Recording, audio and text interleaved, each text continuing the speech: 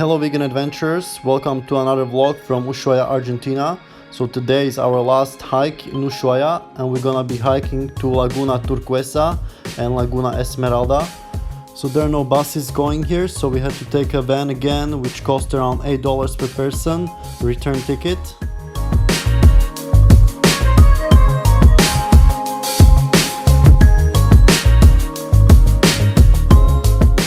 So first we only planned to hike to Laguna Esmeralda, but then this woman driver told us that we also have time to hike to Laguna Turquesa, which is only about 1 hour of hiking one way.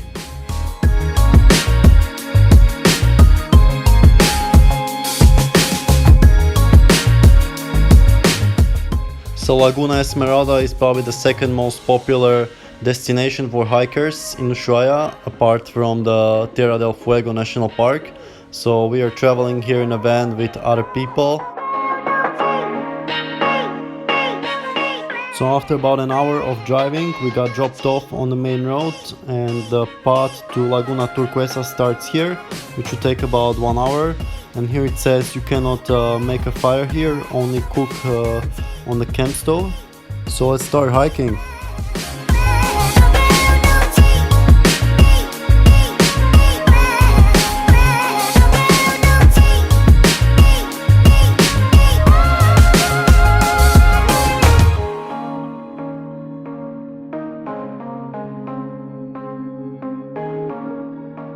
So in the first part of the hike, we're following this river, going through these nice woods, and it was quite steep up the hill.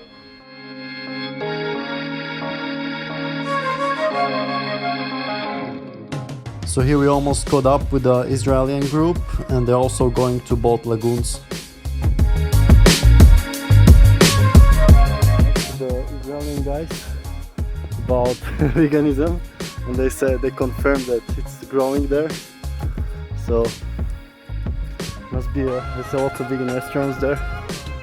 So I think it must be a really good country to visit. Said Tel Aviv or Jerusalem. Yeah. So this is Israel. Israel, here we go.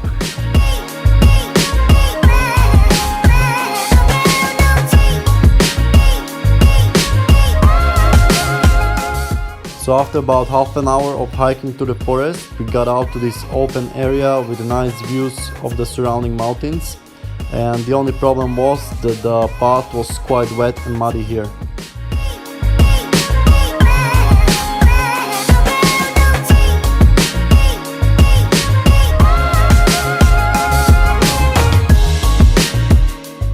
So we went up on the left side through those woods thinking it was a shortcut, but it was not a shortcut. We connected to the same path here.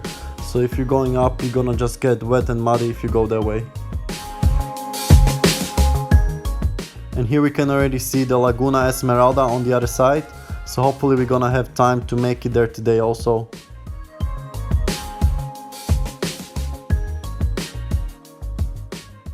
So now this path is pretty wet and sometimes even muddy, but nowhere near as bad as yesterday's hike. So one good thing about it is that there's always some fresh water around somewhere, so you don't need to take so much water with you. But I would definitely recommend some waterproof shoes here.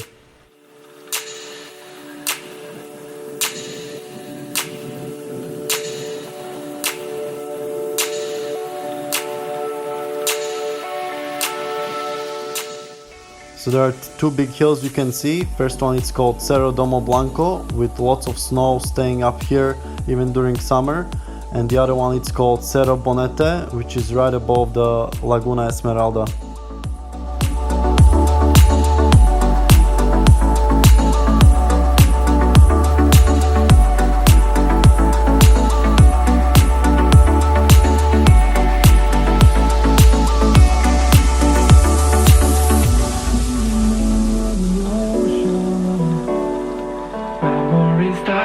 Too hard that we were drowned in the mountains.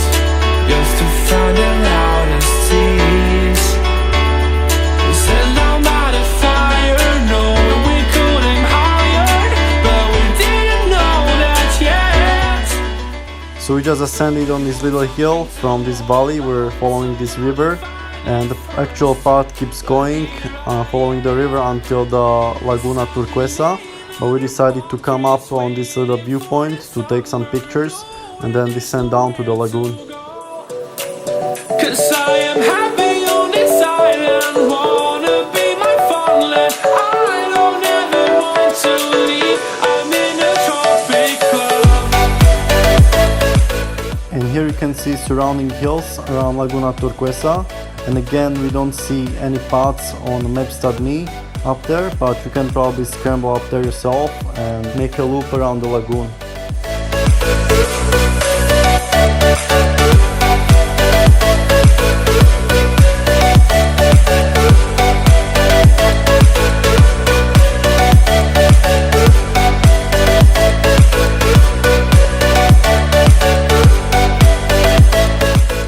So here we got all the way to Laguna Turquesa, and you can see that the color is really blue turquoise color, so that's where the name in Spanish comes from.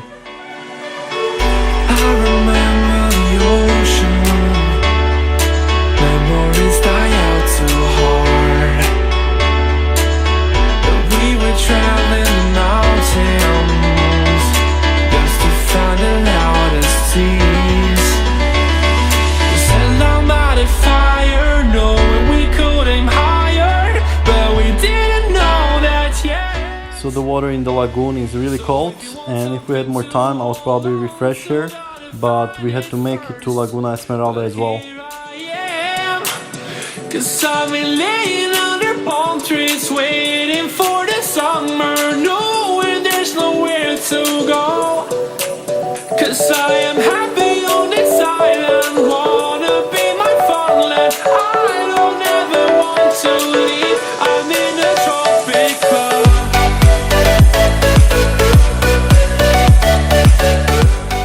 Alright, so after about half an hour of hanging out at Laguna Turquesa, it's time to head back down to the main road and then connect to the path that leads to Laguna Esmeralda, which you can see here in the distance, and the path should take about 2 hours one way.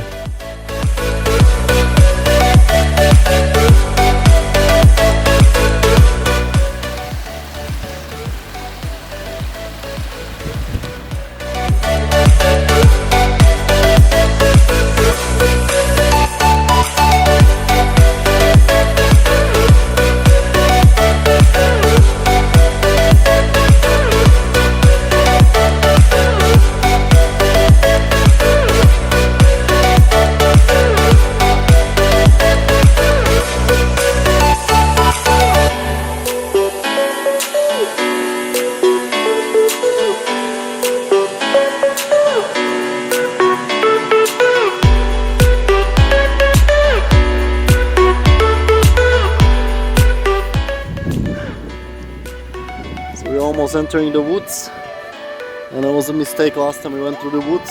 We should have just gone here. Would save us more time, and same wetness, I think.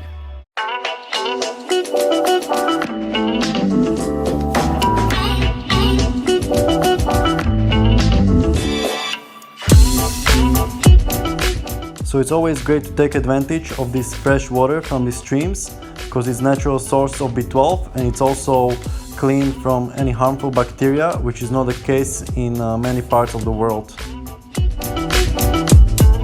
Right, it's 2:30 and we just connected from the path here that went from the Laguna Turquesa to this spot here, and now we're gonna follow this path. So the main road for cars is just over there, and we're gonna follow over here and then connect to the main road and go to Esmeralda. There was too much water and mud. We're just gonna continue on the main road for cars.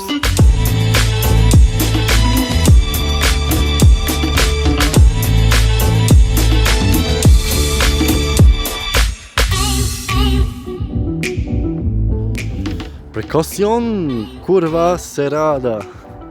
So curva means something else in Slavic languages, for those who are from some of the Slavic countries.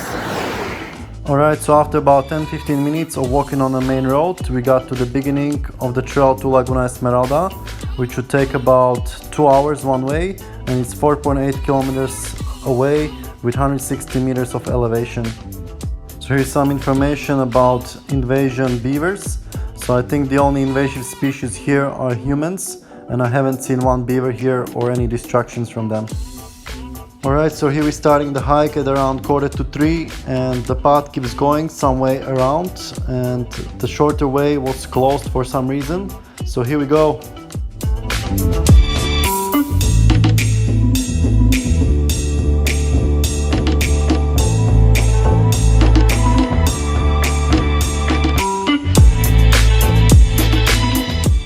So the beginning of the trail was going quite flat, but it was also quite muddy, which is caused by so many people walking here every day, which, as I said, this trail is the most popular trail in Ushuaia. Oh, we got the first view of the mountains. It's the same mountains we saw before. That looks amazing.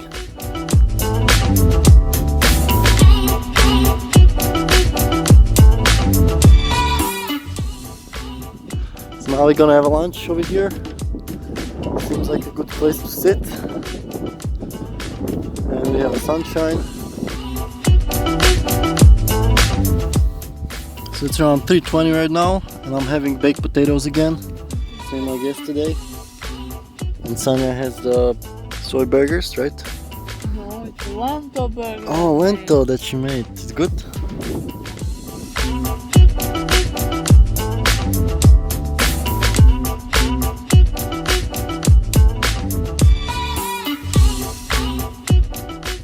Alright, so after the lunch we continued more on the path through this wet grassland area, which was also flat.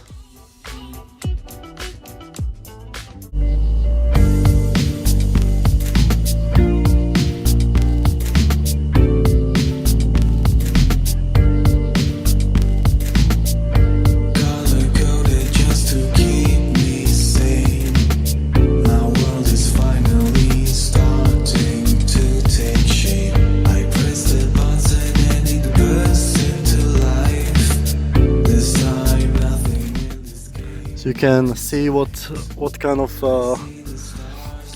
peaks we see here. So that's Cerro Castor, all the way on there. Yeah, skiing. So it's for skiing. Then you have Cerro Alvear. So that's the one with the snow up here. Then you have Cordon Toribio. This is the small one over here. Then you have Glacier del Albino. That's up there. I think there is also a path from the lake till there. It takes longer time. And then Laguna Esmeralda. It's in between somewhere. And Cerro Boneta is this peak one. How do you say peak? Peaky.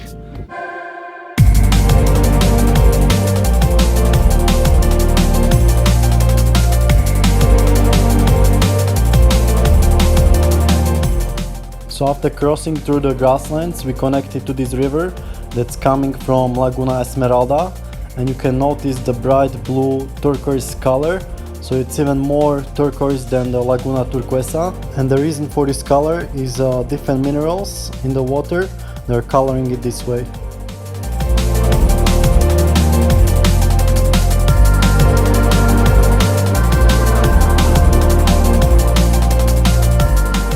And I've seen the rivers with such color before in Austrian and also Italian Alps.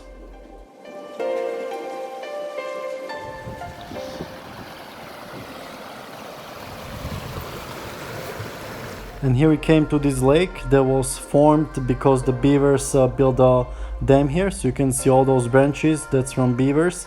And some people say that's bad for environment, but I don't see a reason why is it bad. I think it's just another story made up by hunters to give them permission to hunt these innocent animals, basically.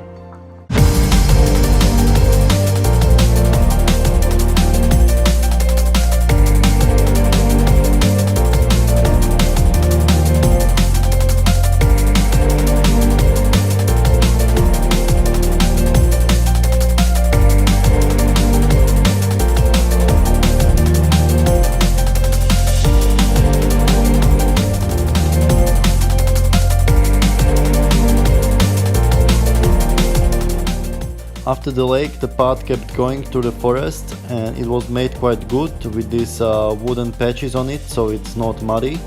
And it's good that you don't have to pay for this trail, unlike the Tierra del Fuego National Park, where you have to pay like $13 per person. So here you only have to pay for transportation, which is $8 return ticket.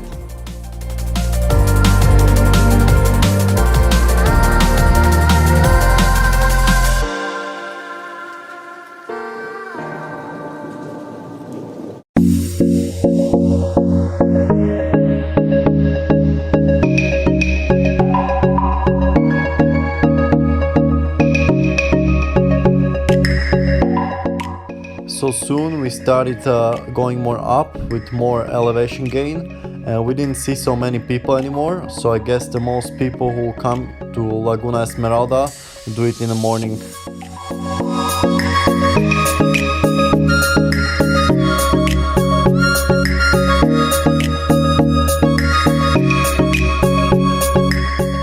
So after about half an hour of going through the forest, we got out to another cleared area, and we got this awesome view of the surrounding mountains.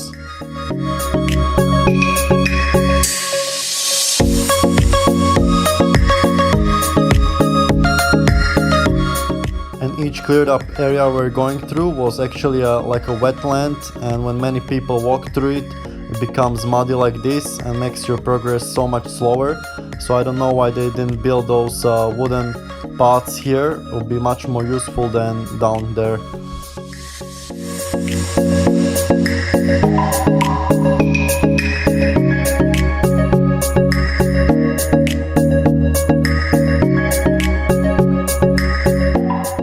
And as we're progressing, we're seeing the peaks much closer, like Cerro Boneto.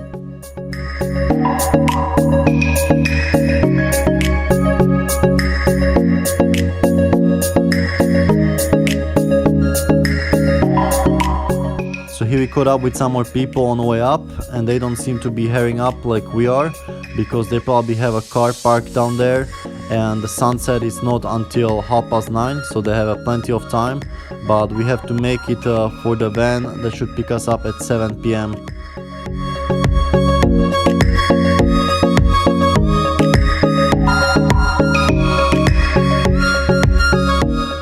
In about 15 minutes of walking on a wetland, we connected to the river again, and the path got much better.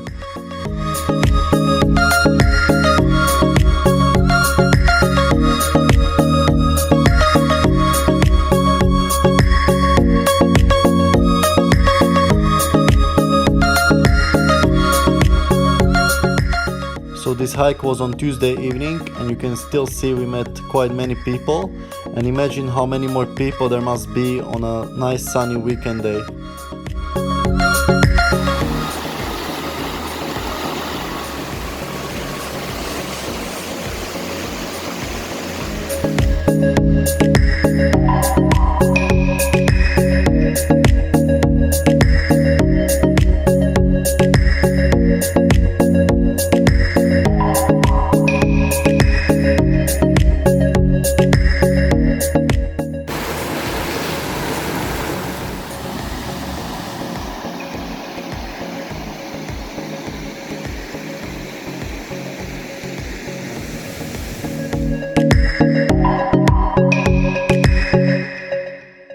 So I was running low on drinking water, and I wanted to fill it from the river, but it looked like from a washing machine due to high mineral content, which I was not sure if it's good for my body. But on the other hand, there is no contamination and pollution from any houses or farm animals.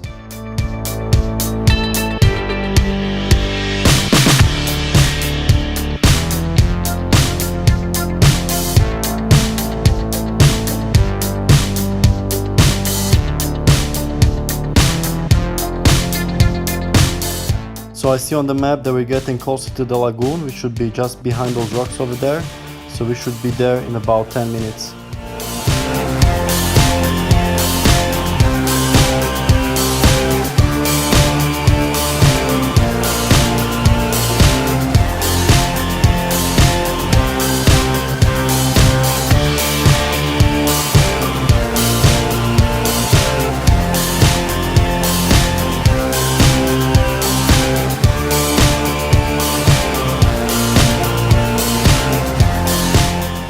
So we're just thinking that every other animal on the planet has food available in nature except of humans. Like when you walk around in nature, like there's no food available even in the tropics, like fruits that you have to grow it yourself. So imagine if you have all the food available and just do what you want to do.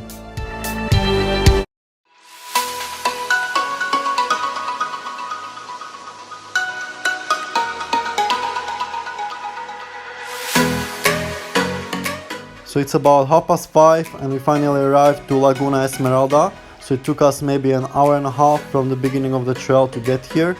And there is even a path going up to the glacier, which would take another hour, but we don't have time for that.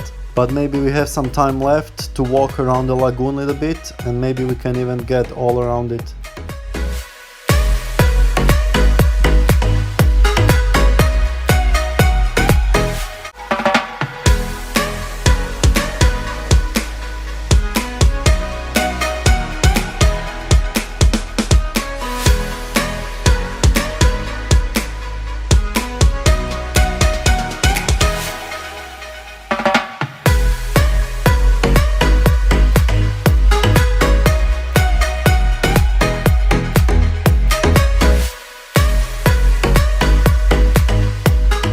So here we see a sign that there is a camping area here, so you can just camp here for free.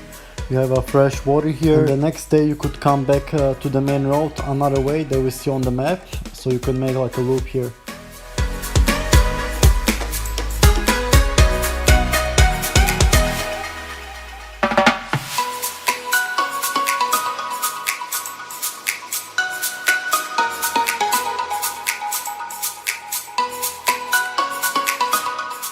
So I see this spot on maps.me, but it's showing it's finishing at the end of the lake and I don't see the other part on the other side.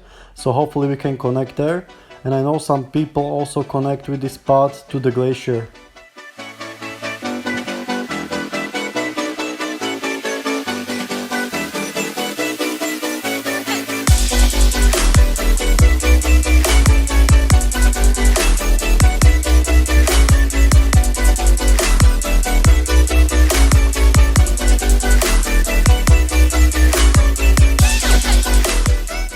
So I'm sure that the reason why this lagoon is so popular is because of this rare color.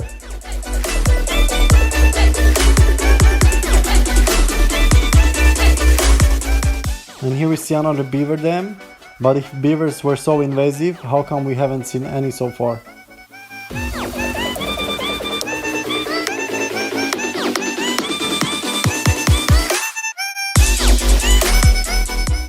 So we're almost at the end of the lake, so hopefully we can connect and come back around the other way.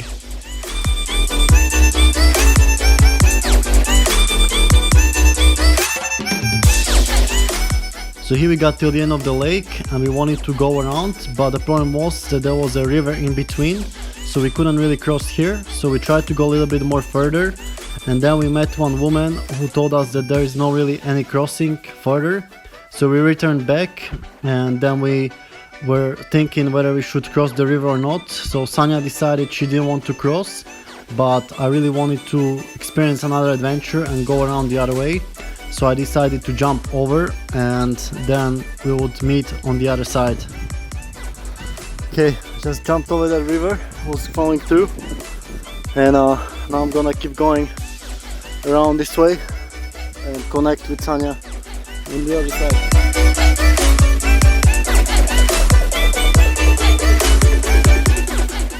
So I tried to go the same pace with Sanya, but I couldn't really see her good, so I had to zoom in with my phone, and there she is on the other side walking.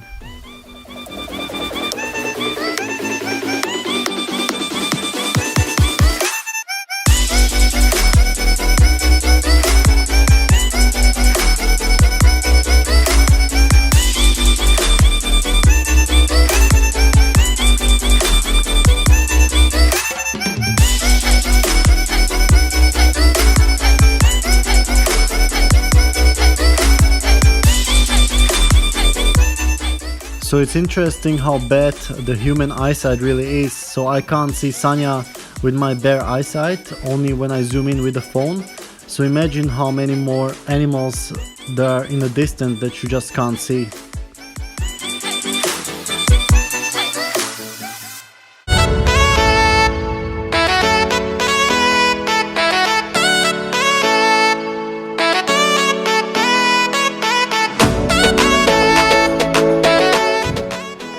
Okay, it's 6 o'clock right now, and there's Sanya over there.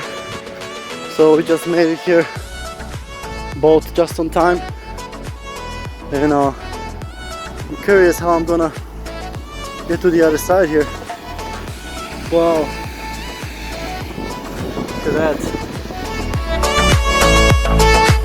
Okay, now I just gotta get through these woods over here. It's really gnarly. Whoa. Oh my god. How can you do this with a phone in your hand? That's the question. Let me try to go on this. Yeah, no problem, man. And I'm there. Woo-hoo!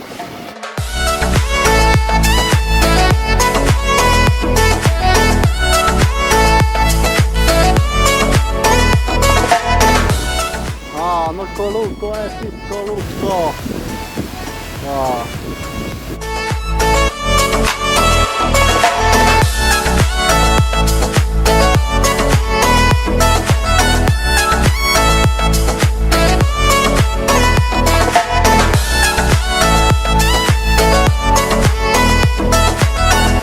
Alright, so it's a little bit after 6 p.m. and we're just starting to descend back down, and we have to make it back to the main road before 8 p.m.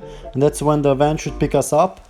And as I said, there is also another path going from Laguna Esmeralda on the right side, and you can actually make a loop and connect back to the main road.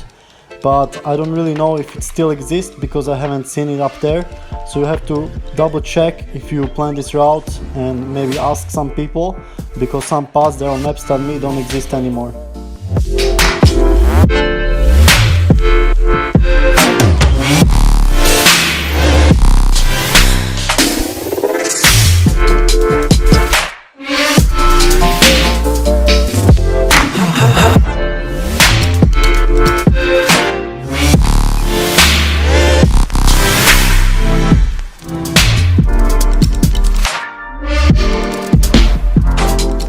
So we see that some people are still going up, but as I said before, they probably have a car parked there, so they're not in a hurry.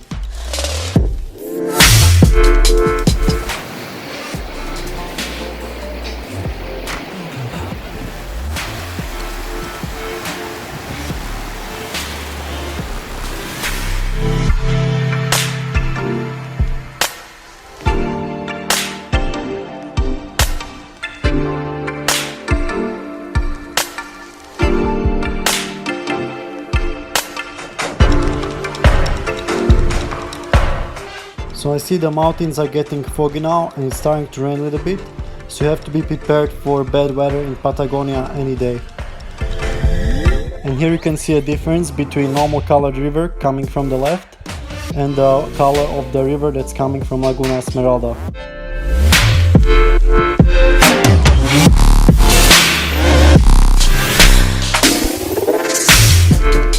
So I ran out of water and I filled my bottle with the water from the river, but Sanya was warning me that she wouldn't drink it, but I don't see any problem other than a high mineral content here. So let's see if I'm gonna have any issues or not.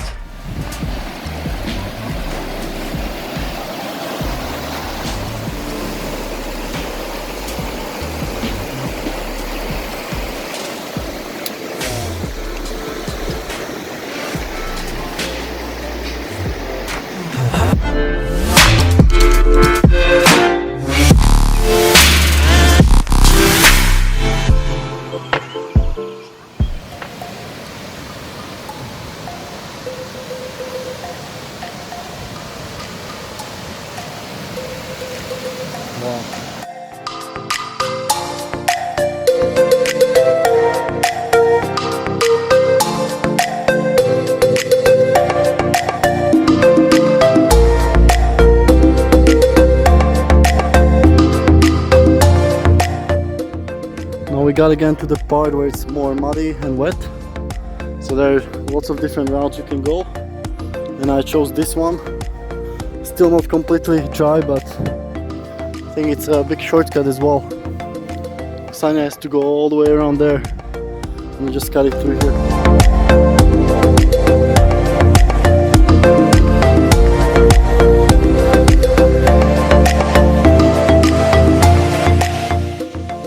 So it's 6:36 and we just entered the woods over there. So it takes about 40 minutes from here to the lagoon or back to the beginning of the woods. And now we have about 1.5 more hours, or maybe less, maybe 1 hour 20 minutes, something like that, to the finish.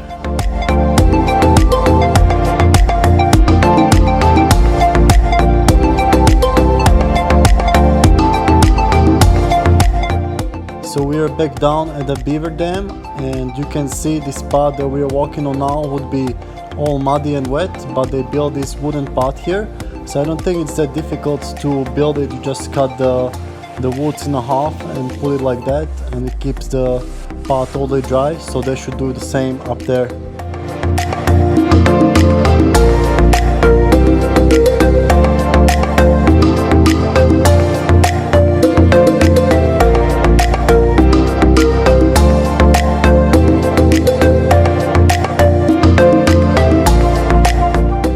So now we're going to the second grassland, and you can see the path here is also nicely wooden. So this would be all totally wet and muddy if this was not here.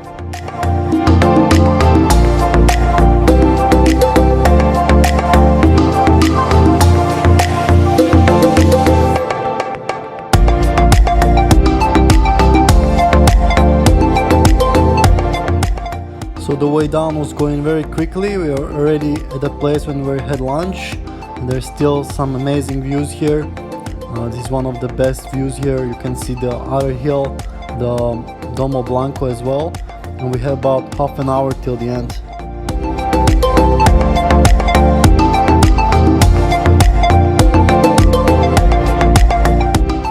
So here we spotted some like little butterflies or mosques. We noticed that there are not many animals to be seen here, and this is pretty much the summer here, and temperatures during day are around 15 to 20 degrees, but during night it drops under 10, I believe. So that's why not many animals manage to survive here, only a little butterflies like these ones.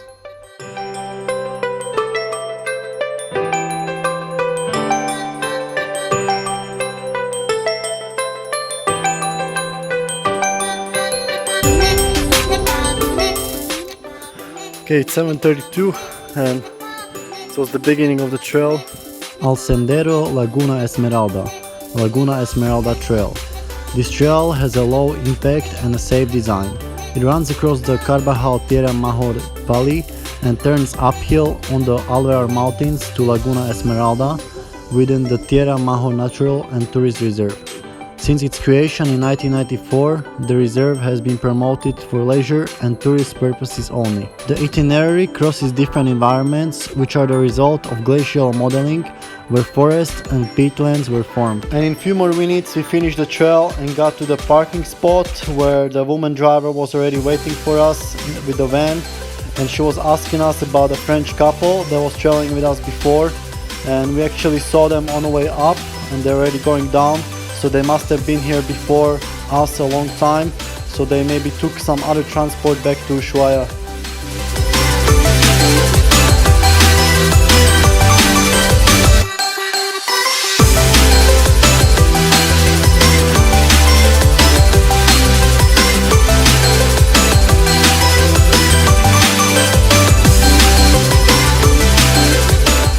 So as I look on the map, there is no path to any of those hills.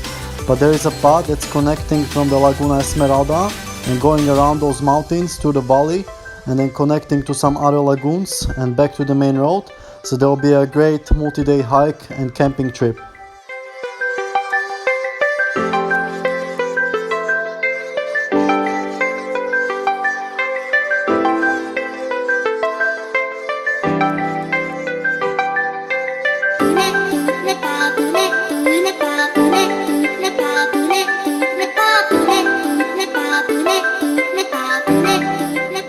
Alright, so we are back in Ushuaia, and here you can see the Monte Olivia peak that I think we're passing under.